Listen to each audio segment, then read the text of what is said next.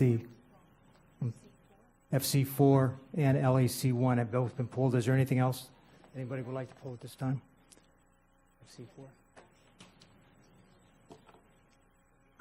All right, we have those two items pulled, no others to pull. Do we have a motion to approve the consent agenda? Motion by Mrs. Whitfield, seconded by Mrs. Andrews. Any discussion? All in favor, all opposed, motion carries 6-0. So let me refresh so I know where that's going to show up. Is it the first one?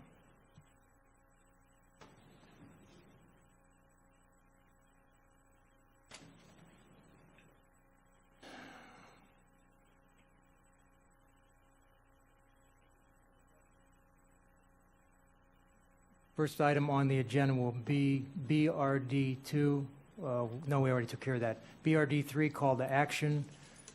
I recommend the board approve a call to action to urge all Palm Beach County taxpayers to contact their state legislators to oppose provisions in House Bill 7123 that would invalidate county tax referendum language approved by over 72% of voters to explicitly exclude non-charter district schools from receiving voter-approved funds. Motion by Mr. Shaw, seconded by Mrs. Andrews. Any discussion? Mrs. Brill. Thank you. So my question for the superintendent is, and first of all, I absolutely support the call to action, but I think we need to use as many people to help us through that because of the situation. So my question is, are we using our local lobbyist for the call to action to reach out to all the groups? I'd have to let Ed speak to that. I can speak to what our lobbyists in Tallahassee are doing, which is a lot. So we've been on calls all day, working the floor in both the House and the Senate. Well, just as a follow-up, I can tell you that from my experience in the past watching Ms. Solnit when she was lobbying for the organization she ran, she knows everybody, all those groups, and so that's her area of expertise, and since Mr. Tierney is new at this, I would ask that you actually, beyond ask, urge you to consider using someone who has local expertise here, who can get all of those small groups, those people that, the parent groups. You weren't here during the red shirt days when the testing is not teaching and all of that, but she has her hands in all those networks, and this is a life or death situation for us, so we can't hold back. So I will leave you with that. What I was saying in reference to Mr. Tierney working with Ms. Salznet to work on that, he wouldn't be the lead, so he's responsible for all the legislative liaison, so he's already on it actually. Mrs. Andrews. Yes, thank you. I just came back from Tallahassee, Ms. Brill, and we went everywhere. I mean, we didn't have to have that list that many times you have to have. She has her hands on a whole lot of pieces, so definitely. But we have our educational advisory committees all over Palm Beach County. I don't know if anyone's made any connection with them. I mean, you have elected boards that service these different cities and these villages. Has that been done? Has what been done? I'm sorry. Have we made that connection? I'm not sure. That's what I'm saying. Ms. Salznet will help us organize that moving forward. Remember, a lot of this just happened today, so everything is in process right now. Okay, we'll just add that to your list, okay? And call me if you need some additional information. Mr. Shaw? Yeah, thank you, Mr. Barbieri. I think it's important that since this is moving so fast, that it's extremely critical that every piece of information that we share in public is accurate and that there's no conjecture. This is only in committee at this point. There's a lot that happens over the next 2 or 3 weeks, and we need to make sure that what Mr. LaFace is doing, working with legislators on a daily basis, trying to negotiate this thing through, is the only message that's being given from the school board, and that we ensure that there is nothing else being given that would confuse people. So I think that it's critical that as staff works through this process to get the word out, that we get clear information to know exactly what the status is on a regular basis of this legislation. Mrs. Brill? Well, just to follow up on what we were talking about before, if there's groups that, such as, I'd like to make sure that we reach out to Cobra, because we've got a bunch of retirees that are out there that will get on the phone, a bunch of retired teachers. We can get it out to some of the different clubs, political clubs. If you want to contact us, and we can give you people to contact, because while Mr. LaFace is doing the lobbying with the legislature, this is a different side of it. And, our legislators will tell you, our local delegation will say, they need help. They need our help. They need our voices. They need our letters. So anything we can do to help, please reach out. Mr. Shaw? And the point was strictly that the information that's being given is really been vetted and accurate. Mrs. Andrews? Thank you, Mr. Shaw. I do agree with that, but we're paying someone that should be sitting down with our chief of staff as well as the representative in Tallahassee. And certainly we want to make sure we have all the information, but we want to get it into the hands of as many people as possible. That's what I'm talking about. And, when I was there just a few weeks ago, I saw other people from Palm Beach County. So we have different groups coming for different things. So we all have to kind of come together and make sure we get the right information and put it in the hands of those that can make it to Tallahassee, those that can email the Tallahassee, call the Tallahassee, do whatever has to be done. So everybody has to come together, and we don't need to leave anybody out. I'll make a comment also. I've worked with Mrs. Solnit for many, many years. She's got connections with parents across Florida. She's got the Teaching is Not Testing group.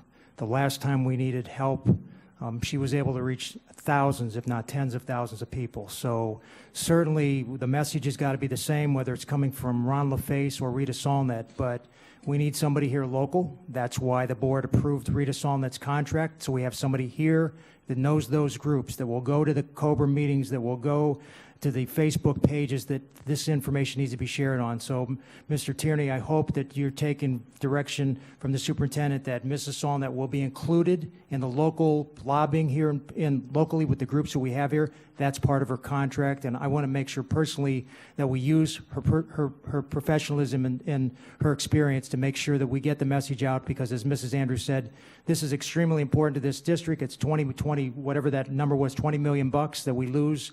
We've promised teachers supplements based on the fact that we had the money, and if the legislature takes that money away from us, we're going to have to go back to our teachers and tell them that, oops, we can't give you the money because the state legislature is taken away from us. So it's extremely important that we use every resource available, and certainly Mrs. Solnit's an invaluable resource that we have right here locally, and I hope you'll use her talents to make sure we get the message out. If there's no further discussion, we'll take a vote on the motion. All in favor? Opposed? Motion carries 6-0. The next item on the agenda is FC4, Verde Elementary Holding School parking. Mr. Superintendent. Yes, sir, Mr. Chair, I recommend the board approve change order process request number 1 in the amount of $251,982 to Moss & Associates LLC for the Verde Holding School project number 1661-7390, and authorize the board chair and the superintendent to finalize and execute all related contract documents. Motion by Mrs. Andrews, second by Mrs. Brill. Mrs. Whitfield.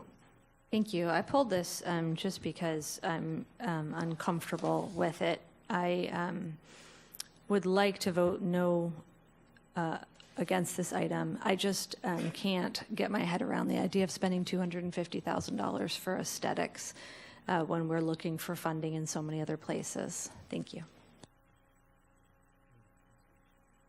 Paul, respond. Mrs. Paul. Paul, come forward, please, and respond.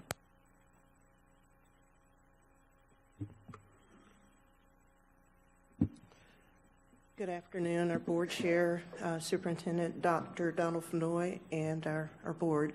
So again, the city of Boca is leasing this property to us for $1 for us to be able to use as a temporary campus for both Verde and Addison Meisner to temporarily be housed there. In terms of aesthetics, the city of Boca approached us and said they have a plan for that that section where the temporary parking lot is going. So they approached us after we had already cleared. But again, it's more than just aesthetics. They have a plan, as we do, for their property. At the end of the temporary campuses being temporarily located there, it will be the permanent site of a new elementary school that we really need in that particular area. So, and the cost, as Mr. Doctor said previously, to actually buy land land that is really not available is ridiculously high. So I think this is the best course of action, my recommendation for the school district. I just would like also to comment, I mean, I've worked closely with the city on this issue, and I just want to remind my colleagues that the city is donating probably $10 million worth of land to us to build a school. So if they simply ask, please don't use that piece for your temporary school, it's kind of hard to say, thank you for the $10 million worth of land, but we don't want to move our parking lot off your property. So I think this was a goodwill gesture on our part. Certainly, if we had to go out and buy the land for that school, we'd have to come up with another $10 million to find the acreage we need, and they're giving it to us for free. If there's any other discussion? Okay, all those in favor? Opposed? Motion carries 5-1 with Erica Whitfield in opposition. LAC 1, revised 2019-2020 school calendar. Yes, sir. I recommend the board approve the revised calendars for the school year 2019-2020. Motion by Mr. Shaw, seconded by Mrs. Brill. Mrs. Andrews, you pulled that? Yes, I pulled it, and I did speak with Dr. Fenoy. I don't know if somebody from his team might want to talk. Each year, we talk about Veterans Day, you know. As I've been sitting here tonight, I heard somebody said military. I hear you, Dr. Fenoy, talk about the military. We know that we have to honor our veterans. Every year, we're talking about setting aside a day, Veterans Day, to be able to honor the veterans. And here we are again, 2019, 2020 calendar, and we've got 2 more calendars coming. And I just want to know if anybody's even talking about it. I'm not at the committee. What's happening with that? Ms. Andrews, if you look at the 1920 calendar, one of the reasons that we brought it to you today is that we're moving, there was a duty day that was on the Friday before Veterans Day, and the students were attending school on Veterans Day. In light of the complaints we got, what you're getting in front of you now moves the duty day to Monday. It extends the first elementary trimester to 1 extra day, so the students will be off on Veterans Day for the 1920 calendar. But is that everybody or just the students? We're talking about Just the having, students. I'm talking about having the holiday, Veterans Day. And this is something we've been talking about for a long time, and here we are still here talking about it. Ms. Brill. Thank you, and I have to agree with Ms. Andrews. I actually made a note about that because we fought hard the last few years to get that day off. And I know we're going to be having a workshop. We're going to be addressing the other calendars, which I've expressed some of my concerns and thoughts to Dr. Fenoy, but I'd like to see us, we've got to make a commitment to support our veterans and to recognize them on that day, and I really do think the schools need to be closed. If I may, there is a cost associated with that. That would be a paid holiday for a lot of employees that currently they don't get that paid holiday. Understood? Ms. Whitfield. Thank you. The only comment that I had for the calendar development committee, as we're getting ready to come back with some of the recommendations from them at our upcoming workshop, is that I really want to preserve Thanksgiving week. I think it is one of the best things that we've ever done for our families and for our students, for our staff. And I think, you know, our attendance is always terribly low during that week anyway. So as they're going forward, I know this isn't specifically on this topic, but as we go forward with this, I'd really like to make sure we preserve that week for our families. Thank you. Mrs. Andrews. Yeah, but I did have this conversation with Dr. Fenoy on yesterday, and I hear that Ms. Evans is talking about the money and it's costing money. Yeah, we are here because of our veterans. This is the reason we're alive here, right here in America today, because of our veterans. Every year we talk about this. I don't understand, the 10th largest school district in the United States of America, and we can't make that happen. I just feel that we need to do better than that. We really do. Thank you. One of the Mr. other, Oswald. if I may, Ms. Andrews, one of the things we've been working throughout the years is rotating having school on Veterans Day, because many of our students aren't able to participate in some of the community activities that occur on Veterans Day. So we provide activities throughout that school day on Veterans Day so we can educate kids about what Veterans Day is, and so that we rotate that to meet the needs of both.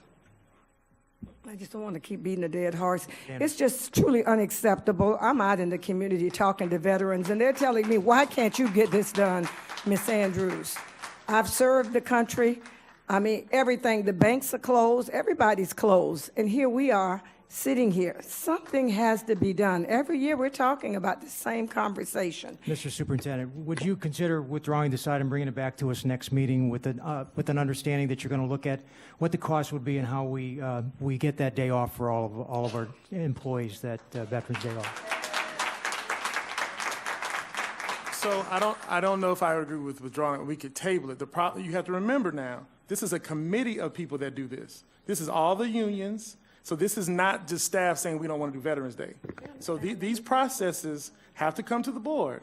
And so let's be really clear. When we start talking about adding dollars, that means something comes off the table. But let Ms. Rico respond, and then we can go from there. Thank you. Just as a point of information, I believe Dr. Fenoy referred to it. There's a committee that has to review this. So if you're going to table it or postpone it, allow for enough time to convene. So it may you're just going to need to use some judgment and discuss when that's going to come back, given the committee issue. And Ms.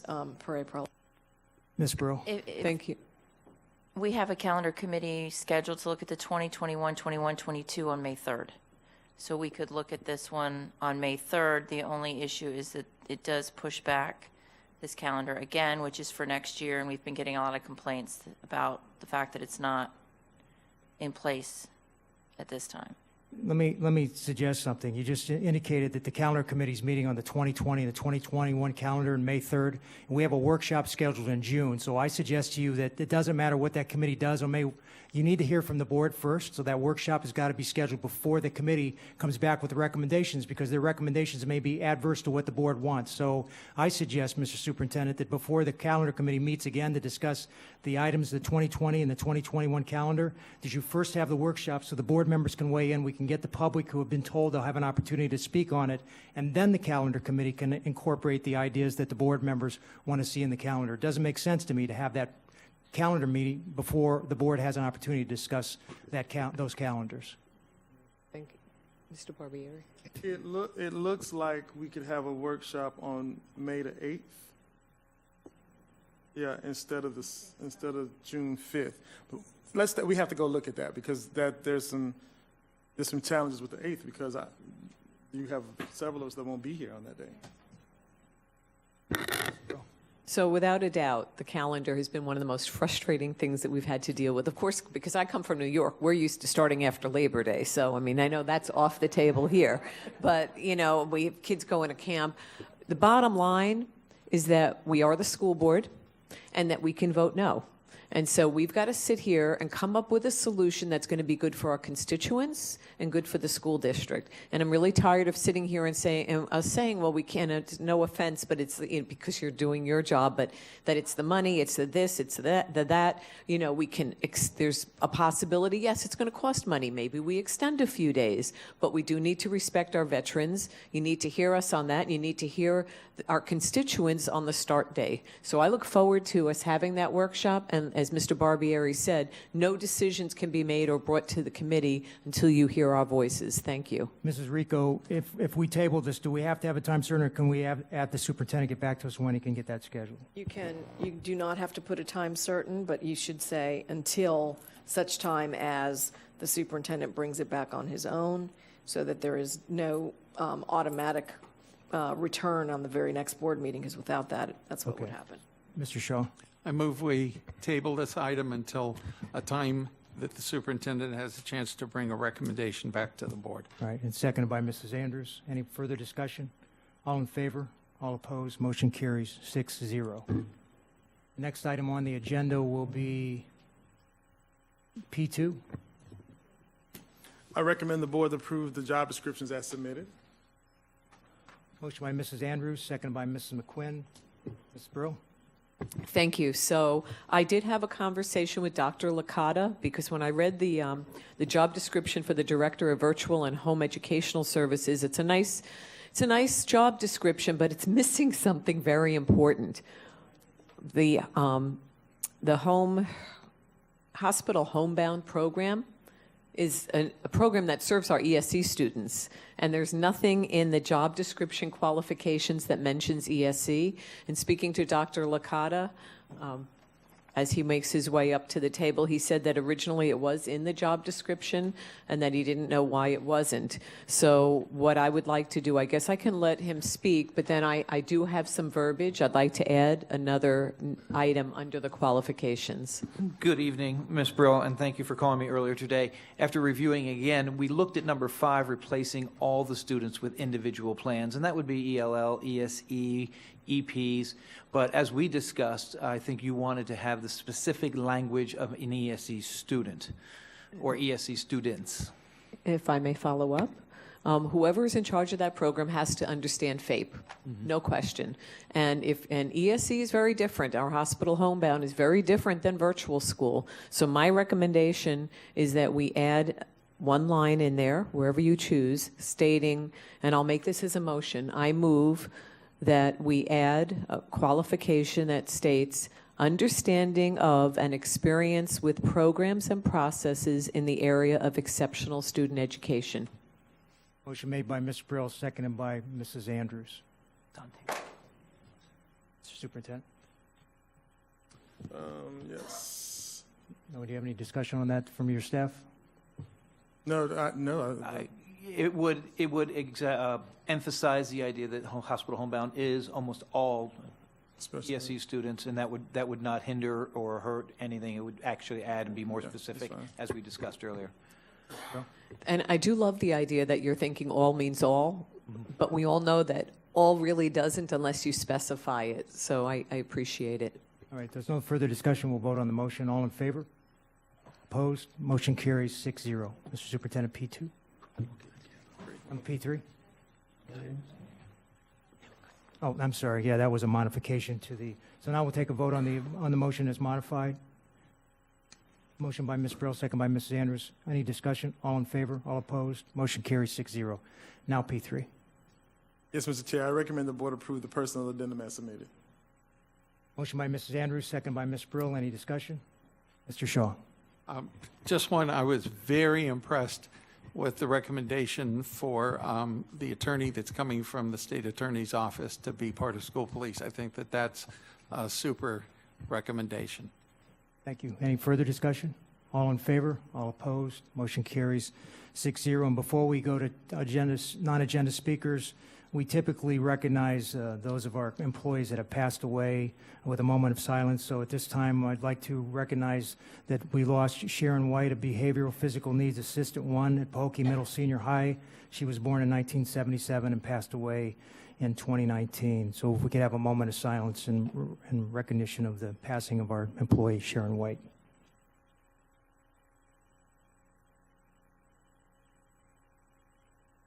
Thank you very much. That'll take us to non-agenda speakers.